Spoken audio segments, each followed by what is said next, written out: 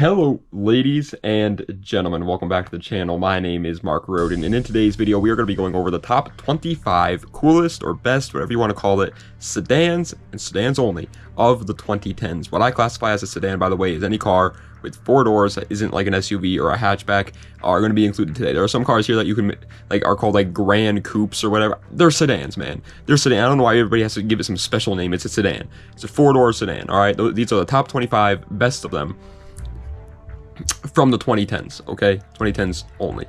As long as they were built at some point during the 2010s, by the way. So if there's a car that was like its first year was a 2019, but then like it's been being built for the past 7 years or whatever, it still to me is technically a 2010s car, so it will be included in today's list.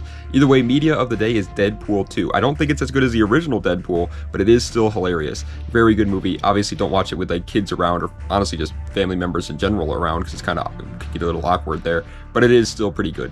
Pretty good movie. I haven't seen the new one, the Deadpool and Wolverine, or Deadpool versus Wolverine, whatever that one is. I haven't seen that one yet, but I like the second one, is what I'm trying to say. Without further ado, let's get right into it with the top 25 best sedans of the 2010s. And coming in at the number 25 spot, it is still pretty cool, but there's just something about it. The Porsche Taycan. Again, this is one of those cars where you can, like, people are going to be like, well, it's not technically a sedan. Technically, it's a grand coupe. Technically, it's a super sports tourer, blah, blah, blah. It's a sedan, man. It's got four doors. Okay, like it's obviously a sedan. The Porsche Taycan, for those who don't know, is this EV Porsche that all the rich, like 60-year-old white guys are buying. And I don't know. I appreciate the car. I just don't. I'm not a big fan of EVs, as you guys know, first of all. And second of all, for the price that you're paying, man, you're paying 911 GT3 money, and I would much rather own that than a Taycan. Coming in at 24th place, it deserves a spot. The Ford Taurus Show. The Ford Taurus Show is like the complete opposite of the Taycan, where it's like the Taycan looks really good. To be fair, like it's a good looking car, but the performance of it and like what it actually is just doesn't interest me at all. The Taurus Show is the opposite of that. It doesn't really look that good. It's just a basic car. Like it looks like a car I mean, literally, you'll see these things every day as long as you drive by a cop, because they're police cars. But what's under the hood and what they actually are is a lot of fun. A 360 horsepower, all-wheel drive, twin-turbo V6. Like, it's just a cool car. It is really cool. Just the looks-wise, never got behind it. And coming in at 23rd spot is a car where, again, just kind of never got behind the looks of it. The Kia Stinger GT. It's also obviously a Kia. And Kia and Hyundai, just, you know, Korean brands in general, are still working on their reliability ratings there. They're still a little bit questionable. Nonetheless, the Kia Stinger GT is one of the only cars out there in the big 2.6 that you can buy that's rear-wheel drive with a manual transmission. Like, that's just not common nowadays. It is heavy. It's a heavy car. It's very, very long. And again, I've never really gotten behind the looks of it too much personally. I thought it was just kind of like a weird-looking car. But performance-wise, again, it is definitely one of the more fun options out there in the 2010s, at least. Like 22nd place, as a matter of fact, is not rear-wheel drive. A lot of the cars on today's list are not rear-wheel drive. It's just not common anymore, which is so sad, man. It hurts to say that. I love rear-wheel drive cars. Why are they going away? It's the Honda Accord 10th gen. Now, to be fair, it's a Honda. Honda has never been rear-wheel drive, and the Accord has never been rear-wheel drive either. There's been the S2000 and the NSX, and that was literally it for Honda when it comes to rear-wheel drive cars, so I'm not blaming Honda for that. But other brands bring back rear-wheel drive stuff. Nonetheless, I actually think the 10th gen Accord is a really good-looking Accord. I know it's like a modern Accord, and people don't like the modern Accord. They like the 90s Accords better. I actually like the 10th gen Accords. I think they're really good. They're a little heavy, and they're not, you know, they're not as fun as some of the 90s ones, but they do look good. And coming in at 21st place, barely missing out in the top 20 here, is a car that I feel like everyone just kind of forgets is available as a sedan, the Audi S6 C7. Whenever you think of the Audi S6 or the Audi A6 or RS6, you think of the Avant, because that's what everyone wants, the Audi RS6 Avant. And so you think of a wagon, you don't think of the sedan trim, but the sedan option is available out there. And I think it's still just as cool. Honestly, if not a little bit cooler. I actually really like the S6s. And I don't know, I've never really gotten behind the RS6s all that much. They're all-wheel drive and they're horribly unreliable, which is obviously, you know, not the best, and they are kind of land yachts. They're heavier cars, but still pretty cool. However, coming in at the beautiful number 20 spot, there's going to be one. The Volkswagen Jetta GLI, specifically the Mark 7, because the Mark 7 is, I believe, the newest. I don't think they're on a Mark 8 Jetta just yet. I know they're on the Mark 8 Golfs, but I don't know if they have the Mark 8 Jettas yet. Nonetheless, yeah, the Jetta GLI, it's a Volkswagen Golf GTI, but in sedan form, for those who don't know. And obviously, GTIs are cool cars. The Mark 7 to me is one of the coolest GTIs. I know it's criminal to say it, but I really do think that the Mark 7 GTIs and Mark 7 Volkswagens in general are some of the best looking Volkswagens ever created. They're just absolutely gorgeous, and that's how it is with the Volkswagen Jetta GLI. At the end of the day, it is just a Jetta, so I'm not going to put it any higher than 20th place, but it is still pretty cool. And coming in at 19th place, this is as high as it's getting. All right, I don't care. The Tesla Model S Plaid. The only reason why I'm putting it here at 19th place is because I actually, for the first time ever, got to ride in one, and I will be honest, I was blown away. I was blown away by the acceleration of the car. It was insane. But that's all it had. It was one trick pony. So I'm not putting it any higher than 19th place, and it is an EV. As you guys know, I'm not a big fan of EVs, and most car guys aren't. And so I'm not putting any higher than 19th place, but there's no denying the fact that the Model S Plaid has made its mark on automotive history, I guess you can say. Just really hope that we don't go this direction. Coming in at 18th place, my VQ boy at heart is coming out because it's the Infiniti Q50. Yeah, I mean, I looked at buying a Q50 for a little while there, so obviously it's going to make my list on my top 25 favorite 2010s cars. I like VQs. For those who don't know, I know the community sucks, and I agree that the community sucks behind the VQs. They're obnoxious, but the motors themselves are incredible, and the Q50 has one. It also is available with the VR30 Det or whatever that thing is called too, the new one. It's also available with that, to be fair. But yeah, the Q50 is cool in my opinion. It looks nice. It's rear-wheel drive, off-road manual transmission, pretty lightweight, decent horsepower, pretty reliable, good for building power. There's really no downside to a Q50. Unlike 17th place, as a matter of fact, which does have a massive glaring red issue, but is really cool, the BMW M3 E90. Yeah, technically the E9X chassis was made in the early 2010s. And for those who don't know, these cars are insanely cool. They look really nice. I actually have never been a big fan of the E90 body styles, except for the M3s with the wider fenders. With the M3s, it makes it look so much better. The E90 M3 is a beautiful car, and it has a freaking V8 under the hood, which is insane, and it's naturally aspirated, and it's hydraulic power steering. Like, everything about the car is a driver's car. It's a really fun car when it's running. But that V8 is unfortunately a ticking time bomb, so I'm not putting it any higher than 17th place. If that V8 was reliable, the M3 E90 and E92 would go down in history as the most legendary BMW ever created. And coming in at 16th place, a little bit of a cheat code here because I went with the Audi RS3, and I didn't say a specific generation. There's technically 2 generations of the RS3 now. But I'm putting them both here, honestly. The RS3 has made its mark in the car community for sure. People talk about these cars a lot. They're one of the most talked about cars in the car community today, as a matter of fact, and for good reason. These things are lightweight manual cars that are they're just through and through 100% driver's cars. We don't have a lot of those anymore, obviously. And unfortunately, it seems like the only country that's doing that is Germany, and they did it with the RS3.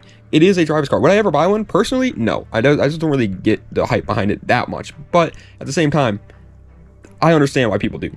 And coming in at 15th place, super rare car, and it's pretty unreliable too, but unbelievably cool. The Jaguar XFR S. The Jaguar XFR S, like I said, it's extremely rare. Like, nobody actually owns these. I've never even seen one in real life. But they're really unreliable. They're British cars. British cars in general are just horribly unreliable, especially when they start to try and build them for performance.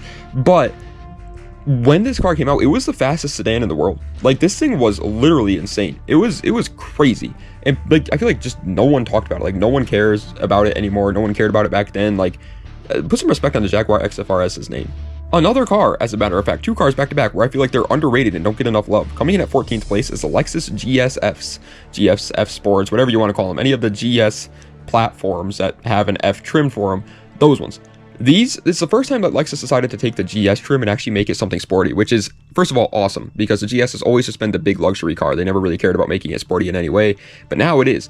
And it's got the luxury that the GS has always had. It's an extremely luxurious car with tons of space, tons of comfort to it, but while also being beautiful, extremely reliable because it's pretty much just a Toyota, man, and being fun and fast to drive. This car is so slept on, like unbelievably slept on. Yes, it's a little bit heavier, that's definitely worth mentioning, but that's the only downside, and you get luxury and comfort with that heaviness.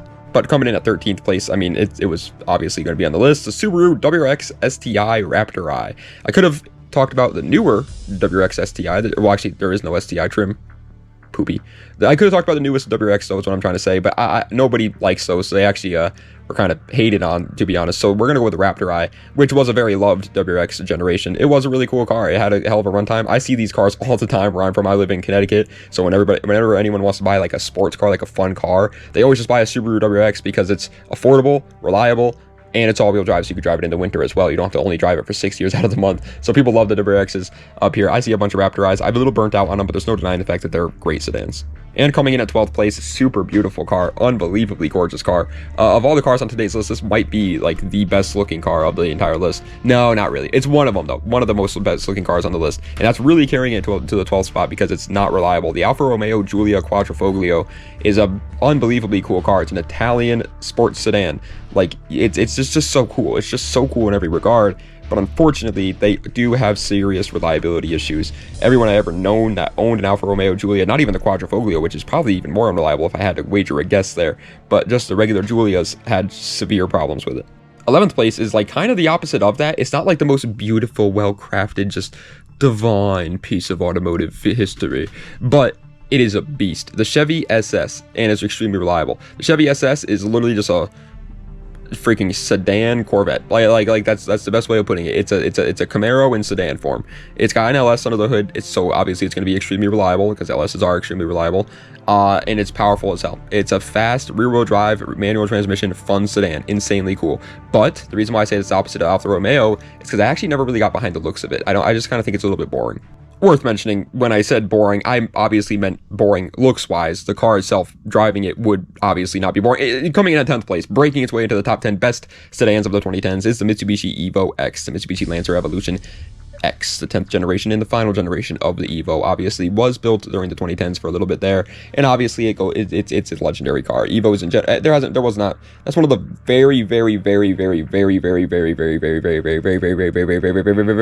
very few sports car lines where they never missed once. Evo 1 through 10 were cool cars, and the Evo X is a freaking sick car. It was a little bit controversial because they switched out the Ford G63, but I think it worked out in the long run. And coming in at 9th place, I mean, I guess technically speaking, this car is like a hatchback, not really considered a sedan, but I classify it as a sedan. The Audi RS7 Sportback.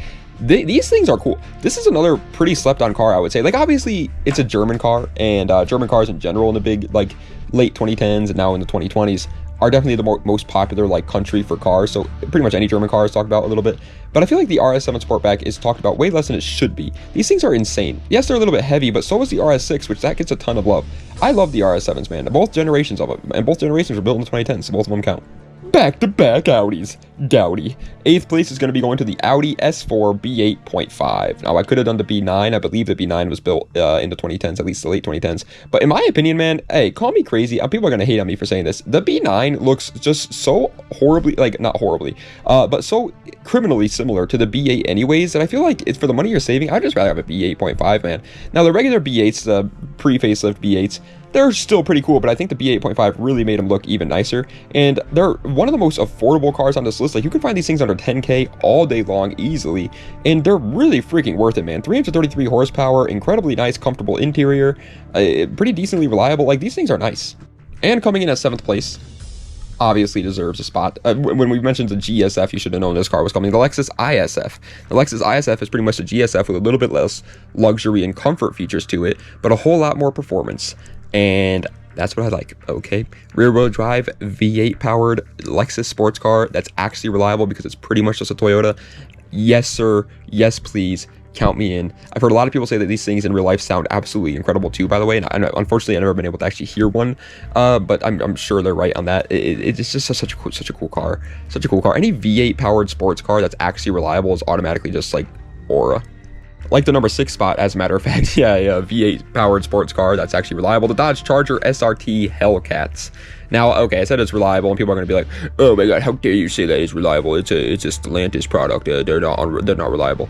I don't know, man. I've seen so many people out there that own Chargers and Challengers say that they're extremely reliable.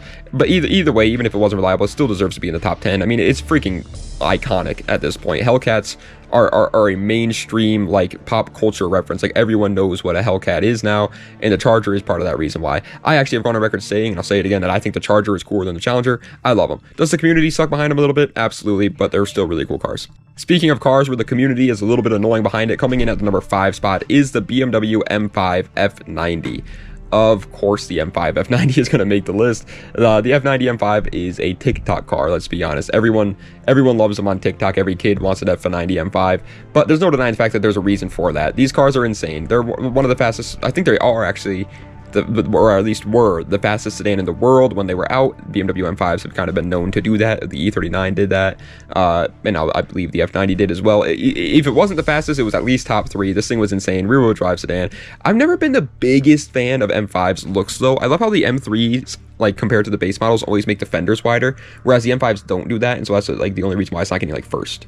And coming in at 4th place. This car is not getting first place because it has horrible reliability issues. 4th place is a Mercedes-Benz C63 AMG W204. I remember when this car first came out way back in the early 2010s, and it was like my dream car at the time. I literally loved it so much back then. And then over time, I just kind of fell off of it, didn't really care for it too much after a while, but it's still an absolutely incredible car. Obviously, the C63 AMGs are incredible. Every generation of the C63 AMG is worth like mentioning, but I think the W204 is probably like the most iconic at this point, like the most well-known, most popular.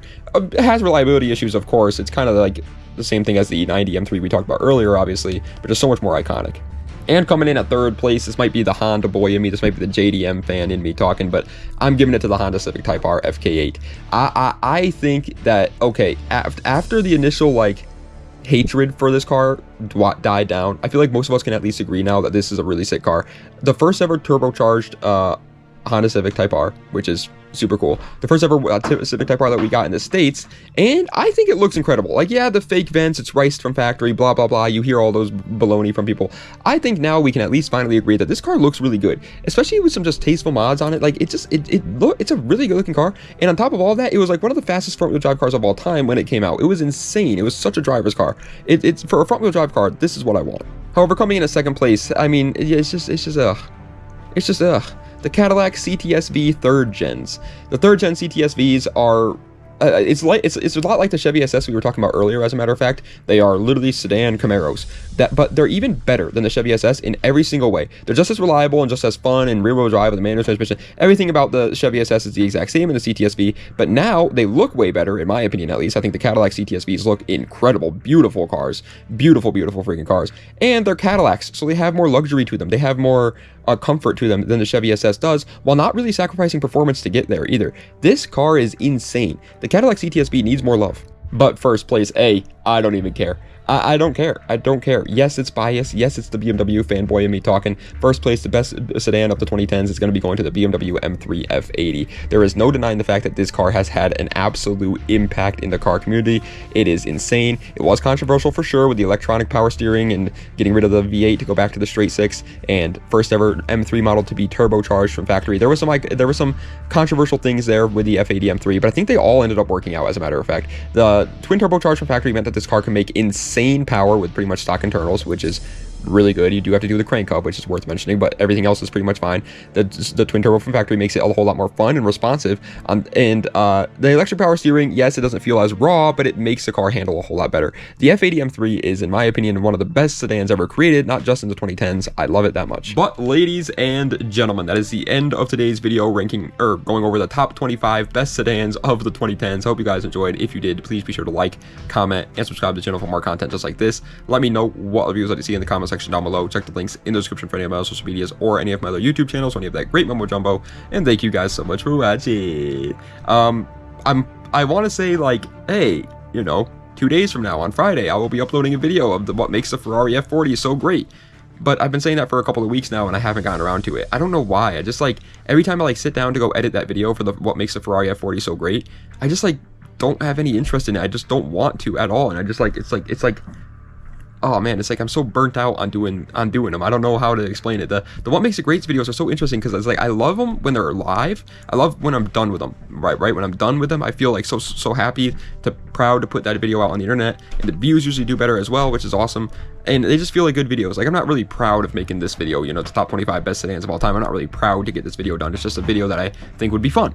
But when it comes to the what makes it great, I am proud. I'm proud to get them out there. But then I actually have to sit down and actually do them, write out the script and record and get the background clips and then edit it all that stuff and do all the work for them. I just don't want to. It's just like it's a chore, and I get so lazy. It's my fault, and I apologize. But hopefully on Friday we'll be doing the Ferrari F40 what makes it so great video. I can't make any promises though, man. But nonetheless, thank you guys so much for watching. I appreciate it. Das Vidania, and have a nice night.